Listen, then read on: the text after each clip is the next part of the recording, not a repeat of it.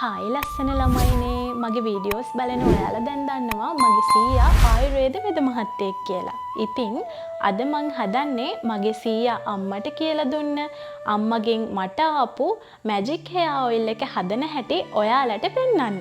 ඉතින් මේ magic hair growth oil එක හදන්න අමුද්‍රව්‍ය ගොඩාක් මම පාවිච්චි කරනවා. මුලින්ම අපි ගන්නේ ගොටුකොළ.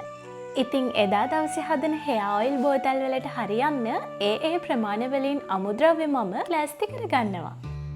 එන්නකො දැන් අපි මේ ටික කොටාගෙන ඉන්න. වැඩේ පේන තරම් ලේසි නම් නෑ. දැන් ඔයාලට හිතෙන්න පුළුවන් ඇයි මම මේවා එකින් එක කොටන්නේ කියලා. බ්ලෙන්ඩර් කරන්නත් පුළුවන්. අපේ සීයා අම්මට කියලා දීලා තිබ්බේ මේවා බ්ලෙන්ඩර් කරොත් එහෙම මේ වගේ ගුණ විනාශ වෙනවා කියලා. ඉතින් එයා කියපු විදිහටම තමයි එයාගේ වට්ටෝරුව ඒ විදිහටම අරගෙනම තමයි අපි මේ හෙයා ඔයිල් එක හදන්නේ. ඉස්සරහට මගේ ව්‍යාපාරේ කොච්චර දියුණු වෙලා කොච්චර ලොකු එකක් වුණත් මම මේ ක්‍රමයන් වෙනස් කරන්නේ නැහැ. කොච්චර කාලය ශ්‍රමය වැය වුණත් මං ඒ දේවල් ඒ පිළිවෙලටම කරනවා. කතාවෙන් කතාව කියන්නත් අමතකුණානේ. මං දැන් මේ වංගෙඩියට දාලා කොටන්නේ වෙරළු කොළ. මේ තියෙන්නේ පොකුරු වදමල්. පොකුරු වදමල් වලින් ඉසකෙස් වලට ඇරුණාම තව ගොඩාක් ගුණ තියෙනවා. ඒවා අපි ඉස්සරහ වීඩියෝ එකකින් කතා කරමු. මේ තියෙන්නේ වදමල්. සපත්තු මල් කියලාත් කියනවා. දැන් තියෙන්නේ ඒකත් වංගෙඩියට දාලා කොටා ගන්න. මේ මල් කොළ හැමදේම කෙටෙන්න ඕන ප්‍රමාණය තියෙනවා. ඉතින් ඒ ප්‍රමාණ වලට තමයි ඒ අමුද්‍රව්‍ය අපි කොටා ගන්නෙ.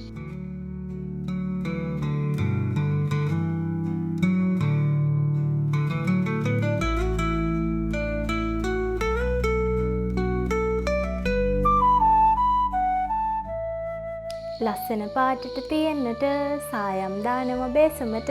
නෑ ඒ දාගත්ත සායම් නෙමේ අර කොටා ගත්ත වදමල් ටික.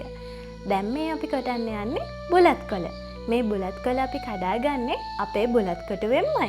ඔයා කලින් මගේ වීඩියෝස් බලපු කෙනෙක් නම් දැකලා තියෙනවා මේ හෙයා ඔයිල් එක හදන්න මම අපේ බුලත් කොටුවෙටම ගිහිල්ලා බුලත් කඩා ගන්න හැටි. ඉතින් ඒ වීඩියෝ එක බලපු නැති කෙනෙක් නම් ඔයාලට ගිහින් ඒ වීඩියෝ එකත් බලන්න පුළුවන්.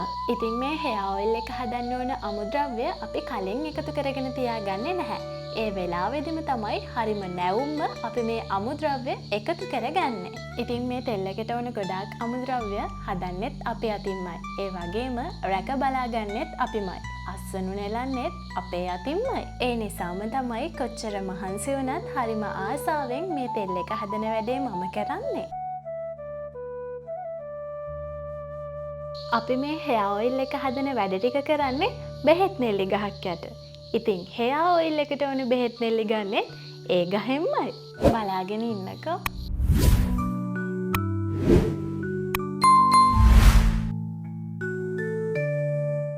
මේක තමයි හෙයා ඔයිල් එක හදන වැඩේදී හැමදාම ටිකක් වැඩිපුර වෙලාව යන මට නම් අමාරුම වැඩේ. මොකක්ද ඒ? චූටි රතු ලුණු සුද්ධ කරන එක. එහෙම අමාරුවෙන් වැඩි වෙලාවක් දීලා සුද්ධ කරපු රතු ලුණු ටිකත් දැන් අපි හොඳට කොටා ගත්තා.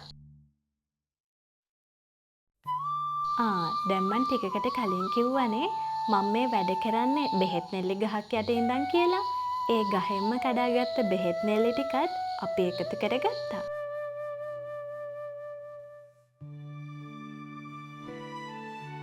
මේ තියෙන්නේ කුඹුක් දළු. දැන් මේ එකතු කරගන්නේ මුගුණු වෙන්න. මේ තියෙන්නේ කීකිරිඳිය. කීකිරිඳිය කියන්නේ සමහර කාලවලදී මට නම් ටිකක් හොයාගන්න අමාරු පැලෑටියක්. එතකොට මේ මොනවද? මේ තියෙන්නේ මරතොණ්ඩි කොළ. කොහොඹ කොළ. කරපිංච කොළ.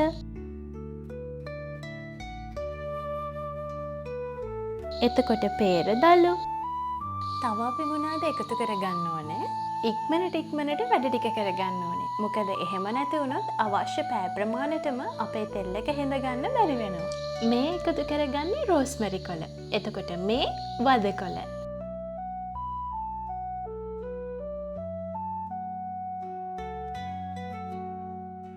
ඔයාලට මගේ පිටිපස්සෙන් පේනවා ඇති මුරුංග ගහ. තෙල්ලකට ඕන මුරුංග කොළ කඩාගත්තේ ඒ මුරුංග ගහෙන්. ඒ එකතු කරගත්තේ කළුදුරු. එතකොට මේ කරාඹු නැටි. මේ තියෙන්නේ සැවැන්දරා මුල්. සැවැන්දරා මුල් ගලවගත්තෙත් ඒ වෙලාවෙදිමයි. මේ තියෙන්නේ මොනවද කියලා ඔයාලා දන්නවනේ. ඒ උළුහාය. ඉතින් දැන් ඔයාලා හිතනවා ඇති මෙච්චර ඖෂධ පැලෑටි ගොඩක් අපේ ගෙදර තියෙන්නේ කොහොමද කියලා. ඉතින් ඒක හරිම සාමාන්‍ය දෙයක්. මම ඉන්නේ ගමක. ඉතින් නගරයට වඩා ගමක මේ දේවල් හොයාගන්න ටිකක් පහසුයි. ඒ නැතත් මගේ සීයා ආයුර්වේද වෙද මහත්තයෙක් නිසා මගේ අම්මා පුරුදු වෙලා තියෙනවා ඖෂධ පැලෑටි ගෙදර වවා ගන්න. දැන් මමත් ඒකට පුරුදු වෙලා. මේ එකතු කරගත්ත අමුද්‍රව්‍ය වලට අමතරව අපේ රහස් වට්ටෝරුවේ තියෙන තව අමුද්‍රව්‍ය කීපයක්ම අපි මේ තෙල් එකට එකතු කරගන්නවා. මෙන්න මේ විදිහට නිශ්චිත ගින්දර ප්‍රමාණය යටතේ අවශ්‍ය පැය ප්‍රමාණයට හරි පදමට තෙල් එක හිඳුනට පස්සේ තමයි හරි පරිස්සමට ඔයාලගේ අතට මේ හෙයා ඔයිල් එක එන්නේ. දැන් ඔයාලට මේ බලාගන්න තියෙන්නේ මගේ ආදරණීය පාරිභෝගිකයෝ මට එවපු ප්‍රතිචාර වලින් පොඩි ප්‍රමාණයක්. වීඩියෝ එක එක්ක එකතු වෙලා හිටියට බොහොම ස්තුතියි. දිගටම මාත් එක්ක රැඳිලා ඉන්න කියලා ආදරෙන් ආරාධනා කරනවා. මේ වගේ වීඩියෝ එකකින් ආයෙත් හම්බෙනකන් බයි ලස්සන ළමයිනේ.